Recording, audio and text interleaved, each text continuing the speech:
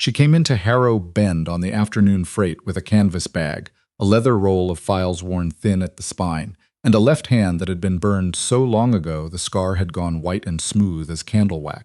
The year was 1893, and the smithy at the end of Water Street had not thrown proper sparks in 19 months. Everybody in Gage County knew it. The plows came back from the bottomland with their shares worn to a shovel's dullness, and the man who owned the forge took them in and handed them back a little worse, and slowly the farmers stopped coming. What nobody in that town knew was that a woman named Adeline Roark was about to sweep out a shop she had no business in and find, under 20 years of coal dust, a thing a dead man had built and never once said out loud. This is the story of how she read a dead man's handwriting better than his own son could, and refused to let what he'd made die with him. If this one gets its hooks in you, hit that like button and drop a comment telling me what town you're watching from. I want to see how far this story travels. The advertisement in the Beatrice paper ran 11 words. Wanted, woman to sweep and keep books. Forge, Harrow Bend, no questions. Adeline read it twice in the depot at Beatrice with her bag between her boots because she did not trust the room, which was a habit and not an insult to anyone in it. She was 33. She had $4.80. She had been in 4 states in 3 years and had not stayed anywhere long enough to learn where the good water was. She was not desperate. People got that wrong about her constantly. Desperation has a smell, a sort of scrabbling quality that makes a person say yes too fast. What Adeline had was closer to arithmetic. She could look at a bad situation without any part of her flinching and then decide, unhurried, what the next thing was. It had kept her fed. It had also made her difficult to sit across a table from, and she knew that about herself the way you know a crooked tooth. No questions. That was the part that got her. She walked the last 3 miles because the mail wagon turned north at the Big Blue, and the driver said the low road was a ruin after the August rains. She used the walking to look at the country. Southeastern Nebraska in late September, the corn standing brown and hissing, the sky white at the edges. She passed a field where the furrows ran crooked around a wet spot instead of through it, which told her the man who plowed it had been fighting his share and losing. She passed a gate hinged with a length of trace chain because somebody had never gotten around to a proper strap hinge. 30 minutes of work. Nobody had done it. Harrow Bend announced itself with a grain elevator and a water tower, and 11 buildings that had all been painted the same year and none since. The forge stood at the low end of Water Street, where the ground sloped toward the creek, a long shed of gray board with a stone chimney and a yard full of iron, broken iron, wagon tires stacked like coins, a hay rake with 3 teeth, a pile of plowshares worn back so far the bolt holes had gone oval. She stood at the yard gate for a while, counting. Then she went in. A dog came out first, a gray cattle dog with a white eye and a bad hip, and it did not bark. It came and sat down beside her left boot and looked out at the road with her, as though the two of them had agreed on something. The man came out second. He had a hammer in his hand, not because he expected trouble, but because he had been holding it. He was 30 and looked closer to 40, not old, just used, the way harness gets used when nobody oils it. Dark hair too long. 2 days of beard. Eyes that could have gone warm in different light and were not going warm now. You placed the advertisement, Adeline said. It was not a question. My uncle placed it, the man said, before he went back to Illinois, 6 weeks ago. So the work exists or it doesn't. He looked at her a while. She was carrying a leather roll under her arm, and he knew what it was because every man who has ever worked iron knows the shape of a file roll, and something behind his face moved and then stopped moving. I don't know what I need, he said. My uncle thought I needed a bookkeeper. I don't think a bookkeeper's the problem. That's honest, Abel Fenwick. He didn't offer his hand. He was aware of the hammer. Adeline Roark. He glanced at the file roll again. You a smith? I've been a smith's hands, she said. 11 years in an edge tool shop in Chambersburg, Pennsylvania, until my father sold it to a man from Baltimore who put in a trip hammer and let everybody go. I've laid shares. I've drawn out axes. I've kept a book. I'm good at seeing what's wrong. That's not a comfort, Abel said, when the thing that's wrong is standing here talking to you. No, she agreed. It generally isn't. The dog got up, walked 3 steps toward the shed, and looked back at her. That's Cobb, Abel said. He doesn't do that. The first thing she did was sweep, not because it was the job in the advertisement, but because you cannot see a shop you cannot see the floor of. It took 2 days. Under the coal dust and the clinker and the mouse-chewed leather, she found a swage block worth more than the building, a cone mandrel, 4 hardy tools, a leg vise with the screw box packed in beef tallow that had gone to amber but had not gone to rust, and a stack of blackened billets under the south, lean-to that Abel said his father had thrown out. She picked one up and hefted it and set it on the anvil and struck it once with the ball of a hammer. It rang. She struck it again and looked at the mark. "Your father didn't throw these out," she said. Orrin Fenwick had been dead 19 months. Adeline had this from the woman at the boarding house, who told it in the way small towns tell things, which is completely and without being asked. Orrin had run the forge for 31 years. He was a hard man to talk to. He worked late. He never married again after Abel's mother. He shod horses and set tires and made hinges, and everyone said he was a fair smith, and nobody said he was a good one. And when he died on the shop floor in February of '92, with a bar half drawn out in the fire, the town buried him and turned to look at his son, and found a man who had spent 12 years farming his uncle's ground in Illinois and had never in his life welded 2 pieces of iron together. The banknote came due on the 1st of December. Adeline learned the number on her 9th night, at the kitchen table in the house behind the shop, over beans and salt pork and a cornbread Abel had baked 2 days earlier and had not improved by keeping. How long has it been losing money? Define losing. Losing. Abel considered it. 2 years. The year before that it broke even. Before that I wasn't here. What changed? He looked at his plate. He died. Freight rates went up. Then in May the banks in Chicago went over, and everybody in this county stopped spending money on anything that wasn't seed. He turned his fork around. And I'm not the smith he was. That's the part I can say out loud. She did not touch the personal thing which he noticed and was grateful for. "How much do you owe?" There was a quality to the silence that told her before he did. $1,240, Abel said. 1st of December. Farmers and merchants, here in town. She set her fork down. "And what do you have?" $31. "What comes in between now and December, if everybody who's got work brings it?" $340. She was doing it in her head. He watched her do it. "You're 900 short," she said. $869. "So you can count. I can count," Abel said. "Counting isn't the trouble." She found the book on the 14th day, in the bottom of a nail keg full of horseshoe stubs, wrapped in oilcloth and tied with a bootlace. It was a ledger, or it had started as one. The first 40 pages were accounts. Then the accounts stopped, and something else began, and it ran for 211 pages, and it was not in words. Adeline sat down on the coal box with a lamp and did not move for 4 hours. Columns, dates going back to 1871. A little diagram at the head of each entry, 3 horizontal bars, the middle one shaded. Under each diagram a set of marks, a number, then a symbol that was sometimes a circle, and sometimes a circle with a line through it, and sometimes a small triangle. Then a word in a shorthand of Orrin's own devising. Then, in the last column, a single figure that climbed and fell and climbed. She knew what the 3 bars were before she knew anything else. 2 cheeks of wrought iron, with a bar of steel welded between them, edge out, a laminated share. Every smith on the continent knew the principle. The principle was not the thing. The thing was the last column. She turned pages. 1871, a figure of 11. 1874, 19. 1879, 34. 1886, 61. 1890. Acres. It was acres. It was how many acres that share had turned in the black gumbo of the big blue bottomland before it wore back past use. A new share out of Chicago cost $9 and gave you 11 acres in that clay, and then you threw it away. Adeline had watched 3 of them come into the yard in her first week, and she had thought, the way you think about weather, that the clay here was simply murder on steel. Orrin Fenwick had spent 19 years proving it didn't have to be. She brought the book to the house at 11 at night and set it on the table and opened it to 1890 and turned the lamp up.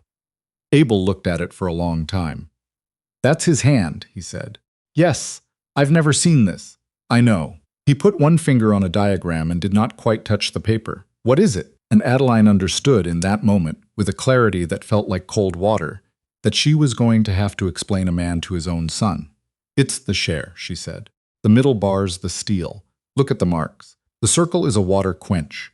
Circle with the line is brine. The triangle is oil, and he only starts using the triangle in 79, which is when the shear steel got cheap enough to waste. The number in front is the color he took it out of the fire at. He didn't have a word for the color, so he made up a number. He's got 11 numbers, and I'd bet money nobody but him could tell 9 from 10 across a shop. She turned a page. Here he changes the thickness of the cheeks. Here he goes back. Here, this is 1884. He starts putting a little extra steel at the point, only at the point, and he keeps it. And here's the last column. Acres before it wanted relaying. 78, Abel said. 78 against 11. In the same dirt, behind the same mules. Abel sat down slowly, the way a man sits when his legs have made the decision for him. He never said a word, he said. No 19 years. He put both hands flat on the table. He wrote it in a book he kept in a nail keg. He didn't hide it, Adeline said. He just never found a way to hand it to anybody. Abel looked at the lamp for a while. I don't know if he was left-handed, he said. She waited. The tongs, he said. Every pair of tongs in that shop is bent to the left. Everyone. I've been fighting them for 19 months. I thought they were just old. I thought that's how tongs were. His voice had not risen at all. That was the thing about him she was starting to see. I'm his son, and I don't know which hand he favored. Outside, the wind came down Water Street and rattled something loose on the shed roof. The book's careful all the way to the end, Adeline said. The letters don't shake. Whatever was going wrong with him, it doesn't show in the hand. He nodded slowly. It was not what he had asked her. They both knew that.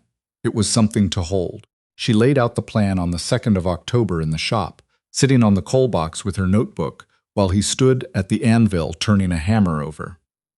You cannot sell your way out of $1,240, she said.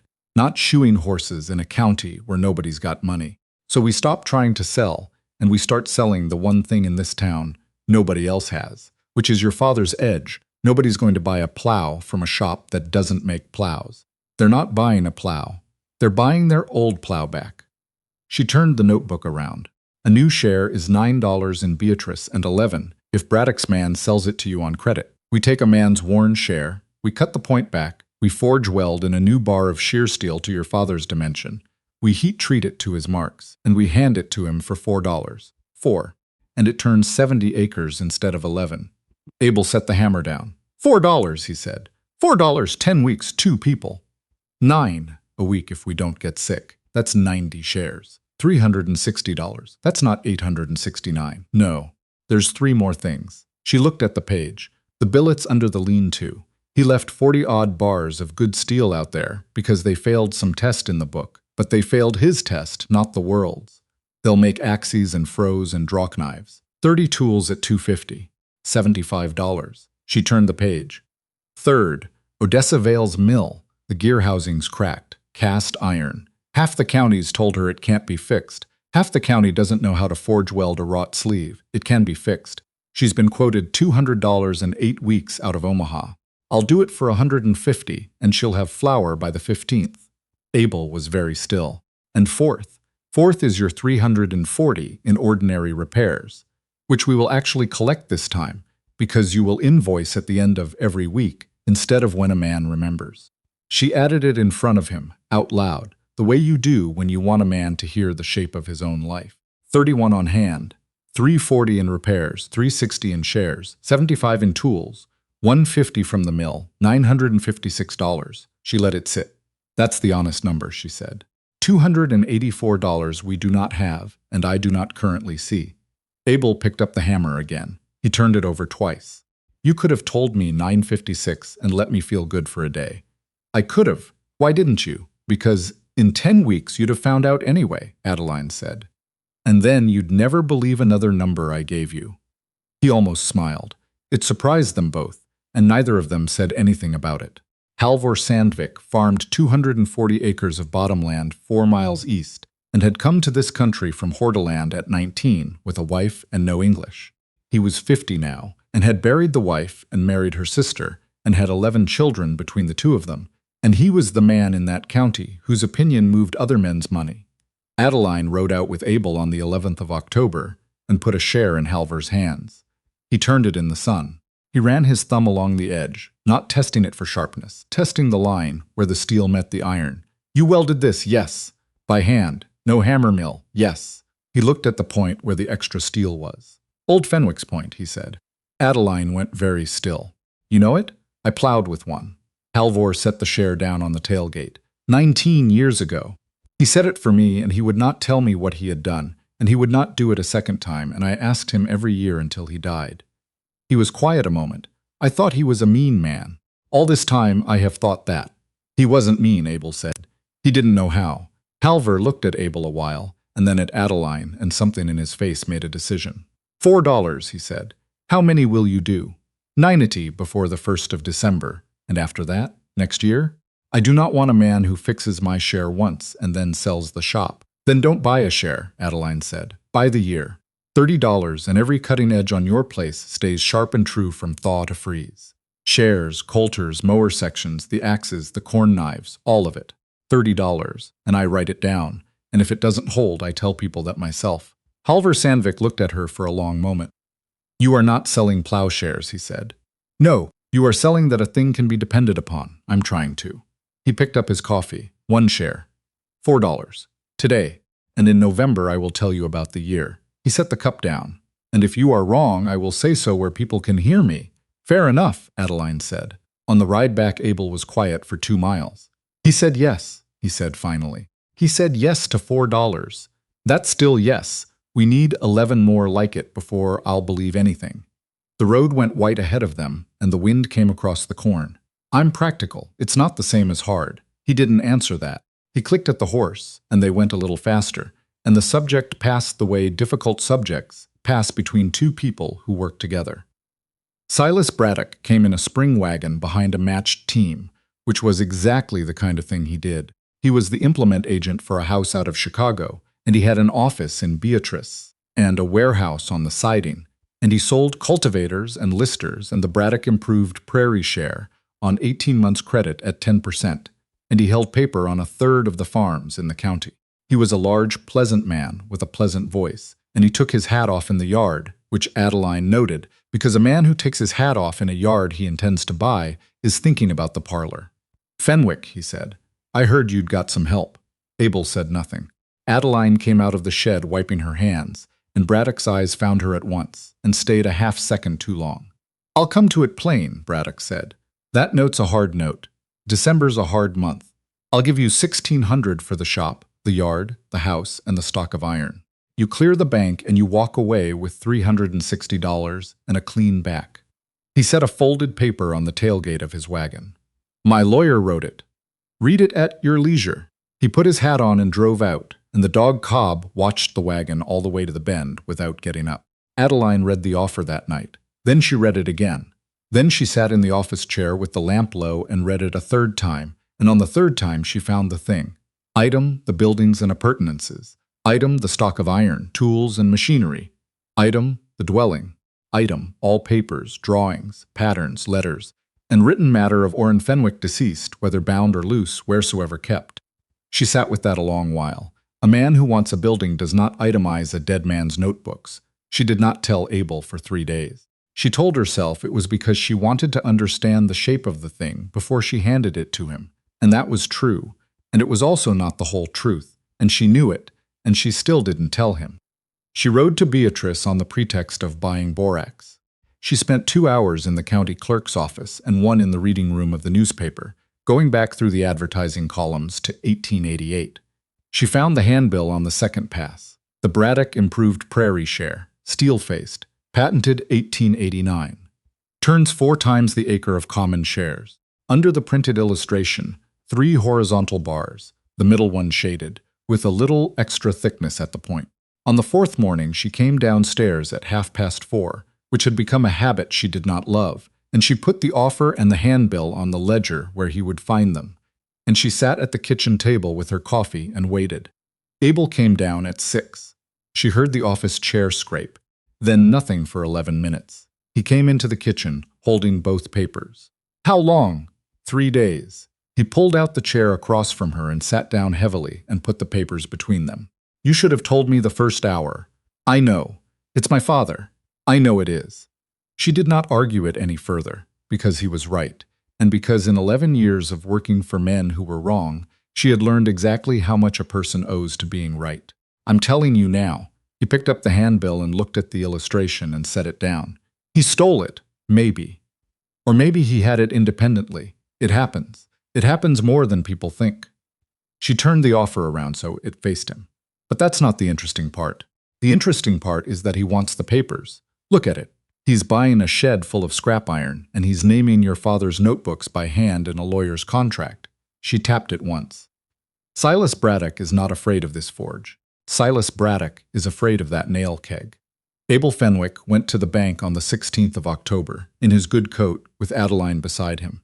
Elias Pike was the cashier, a narrow man of about 50 with clean cuffs, who had been in Harrow Bend 9 years and had never once been seen to buy anything. "The note's the note," Pike said. "December 1st. There's nothing I can do about a note." "I'm not asking you to do anything about it," Abel said. "I'm telling you we'll pay it." Pike smiled the small smile of a man being kind. "Abel's, I've seen the yard. The directors have asked me to arrange an appraisal of the security before December. It's ordinary." "It isn't," Adeline said. Pike looked at her for the first time. "An appraisal 3 weeks after a purchase offer from Mr. Braddock," she said. At a figure 400 under what he offered, would sit strangely in front of a board. "Before you order it, I'd suggest the bank request a current inventory. The shop's got 90 shares under contract and a mill repair worth 150. The asset picture has materially changed since August." Pike's face did not move much. "Good day," Abel said, and put his hat on. They stood on the boardwalk in the flat morning sun. Down the street, 2 men were unloading coal. A woman crossed with a basket.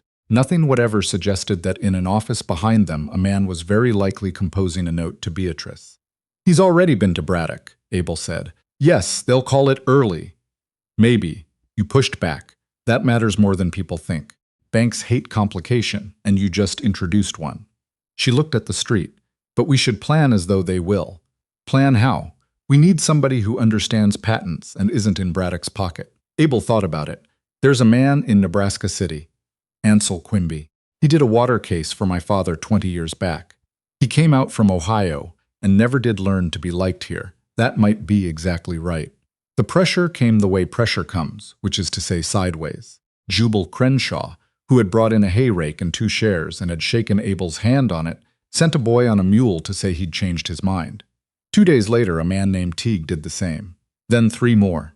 Nobody said the word Braddock. What they said was that they'd get to it in the spring. And one of them, an older man who could not look at Abel while he said it, said that a fellow with a note at Braddock's house on 18 months' credit had to be careful whose shop he was seen in. Adeline sat with the book on the 8th of November and did the arithmetic and did not soften it. 340 in repairs was the plan, she said. "We'll see 150.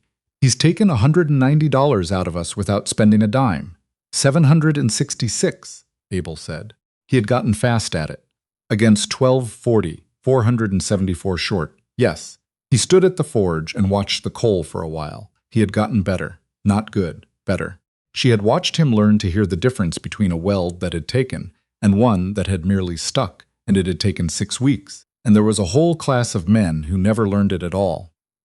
He went to the tool chest for a set of tongs, and he stopped. He stood there so long that Adeline came over. He was holding a pair of tongs. They were small. The reins were maybe 9 inches long, and the jaws were sized for a piece of 1/4-inch stock, and the grip was drawn fine and rounded and polished from nothing, from never having been used, and it was scaled for a hand about the size of a 6-year-old's. There was a name filed into the boss, 4 letters, not deep. Somebody had done it with the corner of a file and not much confidence. "He made these for me," Abel said. Adeline said nothing. "I don't remember them." He turned them over. The pivot moved sweetly, 24 years dry. "He must have made them and set them in this chest and waited for me to ask. And I never asked, and then I went to Illinois." He set them back where they had been, carefully, as though the position mattered. Then he took the big tongs, which were bent to the left, and went back to the fire, and for the first time in 19 months he did not fight them. He turned his body instead. He worked around them, the way you work around a thing that a man left the way he left it. Odessa Vale came on a Saturday morning without sending word. She was 71 and owned the grist mill on the Big Blue and had run it herself for 11 years since her husband died, and she had stood at the fence looking at the shop for some minutes before she came to the door. Adeline answered it with her sleeves rolled and a burn blister on her right thumb. "The gear," Odessa said. "Show me." Adeline walked her out to where the housing sat on timbers, the wrought-sleeve forge welded around the crack, filed smooth, the whole thing a dull blue-black from the last heat. Odessa put her hand on it. She did not say anything for a while. "He fixed my hinges," she said. Adeline waited. 3 years when my husband was dying. Every so often a thing on this place would break and I would not have time to see to it, and in the morning it would be sitting on the sill, mended, never knocked, never billed me, never said a word about it, not once, not in 19 years after. She was still looking at the housing. I asked him one time, in the street. I said, "Orrin, why do you do that?"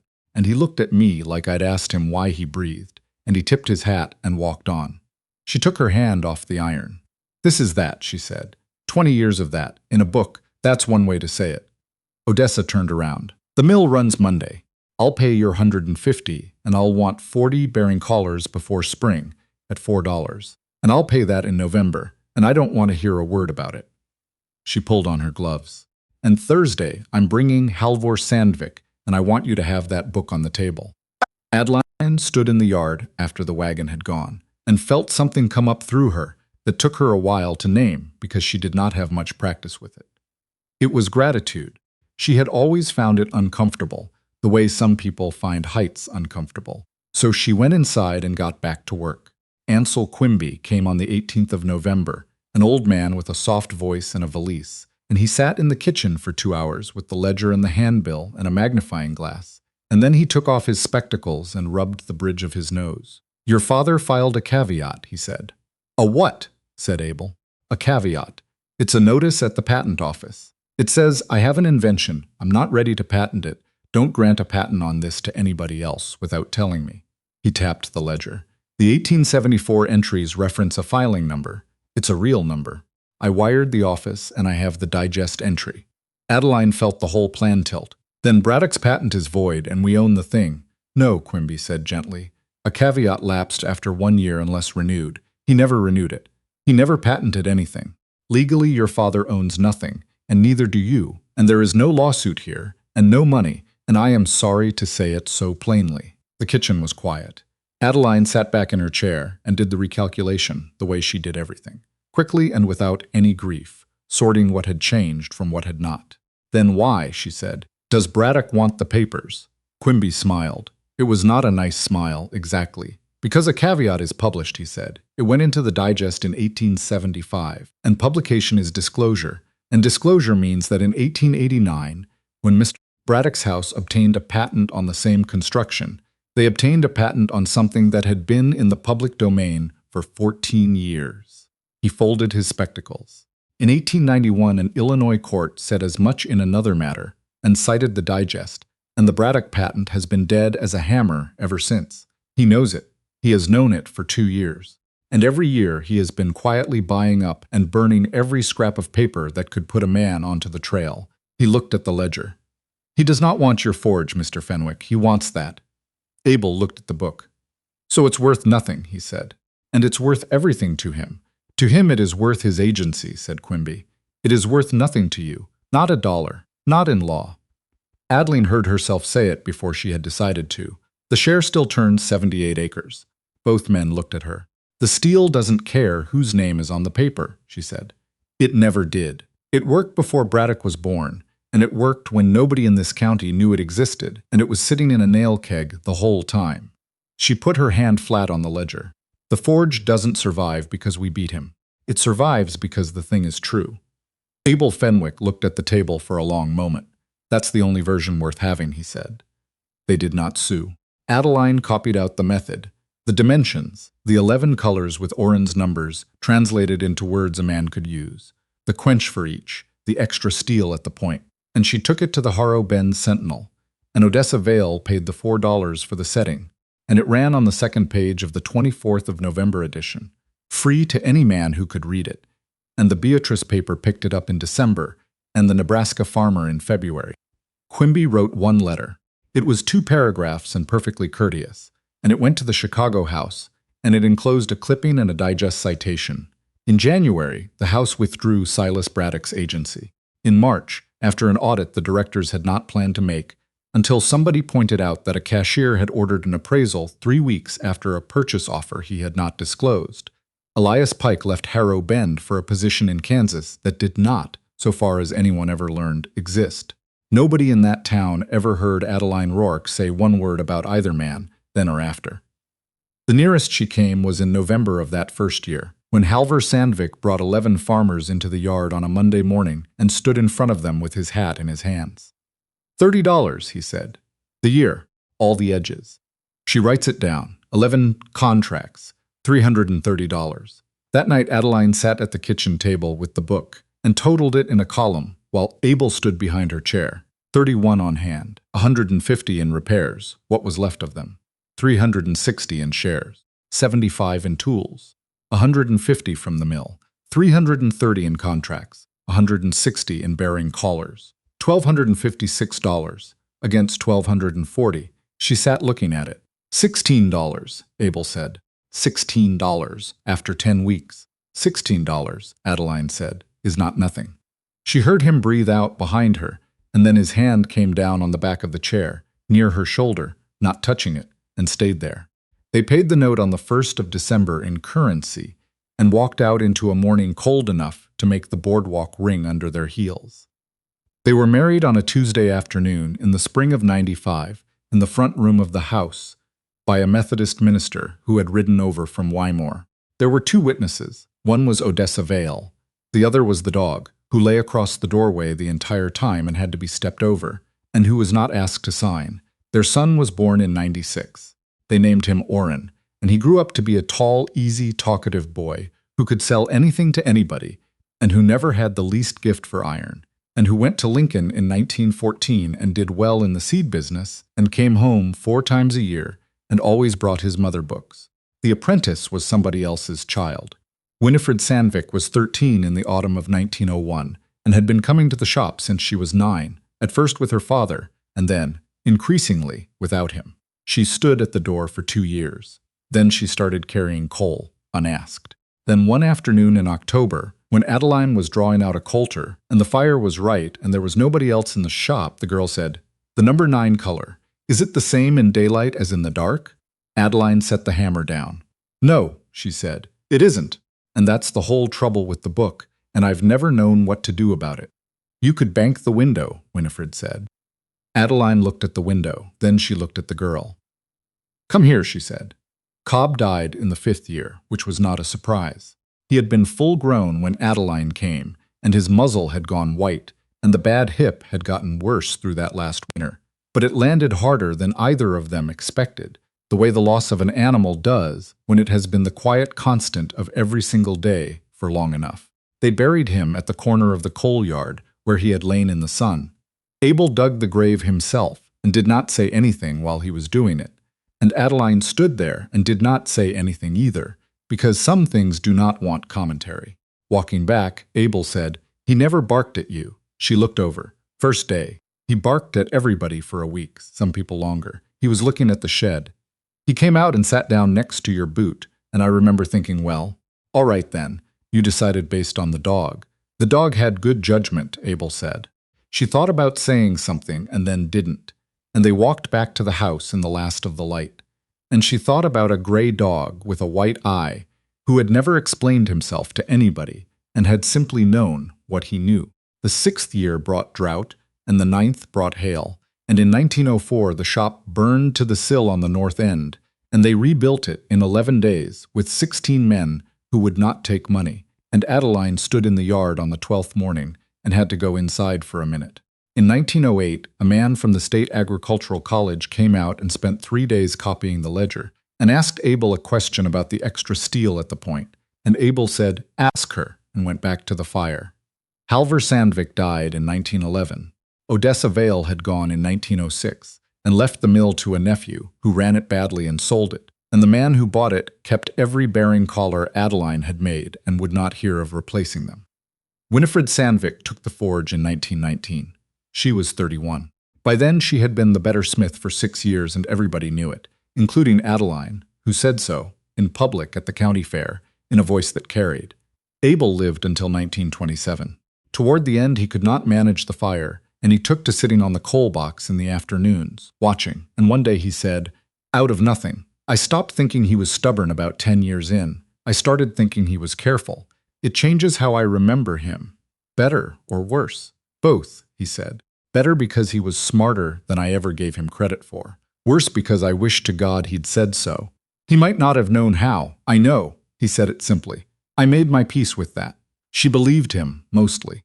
People make peace with things in layers, and the layers do not all settle at once. But the top ones can be honest, even while something underneath is still moving. She had made her own peace with enough to understand how that went. There is a copy of the Harrow Bend Sentinel for November 24, 1893, in a case at the Historical Society in Beatrice, opened to the second page. The type is small, and the paper has gone the color of weak tea. It gives the dimensions of the cheeks and the bar. It gives 11 colors and the quench for each. It says, in a sentence that Adeline Roark wrote at 4:30 in the morning and never revised, that this method was worked out over 19 years by Abel Fenwick, blacksmith, of this town, who charged nothing for it and told nobody, and that it is given here free to any man or woman who can use it. 30 years after she walked into that yard with a canvas bag and a roll of files, and $4.80, farmers along the Big Blue were still turning the bottomland, with shares laid to Abel Fenwick's dimension, and a man could go into the shop at the low end of Water Street and find a woman at the anvil who had learned it from a woman who had learned it from a book. And in 1913, a young man came into the shop and bought a share and paid cash and did not give his name until he was leaving, and it was Lyle Braddock. And Winifred Sandvik took his $4 and wrote him a receipt and said thank you, and that was the entire transaction, and no one ever made anything more of it. When people asked the old-timers who deserved the credit, the son who held on, or the woman who saw what everybody else had swept past, they would generally pause, because it was the kind of question that resists the clean answer people are always hoping for. Then one of them would say what one of them always eventually said. The trouble was never that the man didn't know. The trouble was that knowing dies in one skull unless somebody's paying attention. She paid attention. She wrote it down where anybody could get at it, and the steel took the heat, and the weld held, and the edge went into that black clay for 78 acres before it ever asked for anything back. It cut clean.